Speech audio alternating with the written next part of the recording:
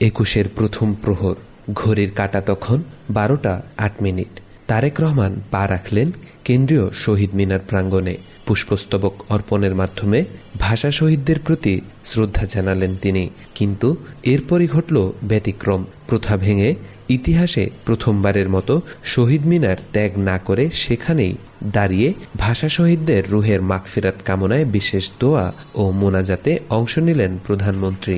ইতিহাসে প্রথমবারের মতো তিনি ভাষা শহীদদের রুহের মাগফিরাত কামনায় বিশেষ দোয়া ও মোনাজাতে অংশ নেন।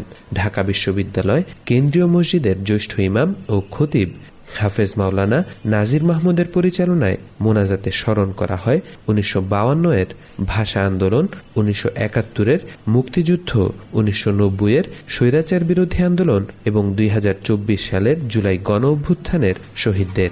বিশেষ দোয়া করা হয় শহীদ রাষ্ট্রপতি জিয়াউর রহমান ও সাবেক প্রধানমন্ত্রী খালেদা জিয়ার জন্য।